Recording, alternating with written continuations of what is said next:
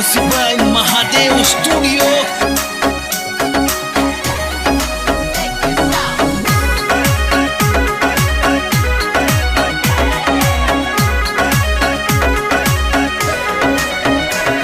अरे सुन जो तोरणेश्वर महादेव जी गौशाला बनानी है। अरे बहुत गरीबन सेठ बनाया अब के बारी मारी है। अरे दीवानी का हवरे माही गौशाला बनानी है। अरे गायों रे रक्षा रे खातिर गौशाला बनवानी है। अरे दर दर भटके गो माता मारी अब के शरणे थारी है। अरे गाया करे पुकार रे बाबा बेड़ो पार लगानो रे। अरे दीवानी गांव में मंदिर बनियो पर चाहत भारी जी। हर श्री तोरणेश्वर महादेव जी ने घणी मारी खम्मा जी। हर विकास कोशों में दीवंदी वाला गाना प्यार बनावे जी। अरे महादेव स्टूडियो दीवांदी में गाना बाजे जी।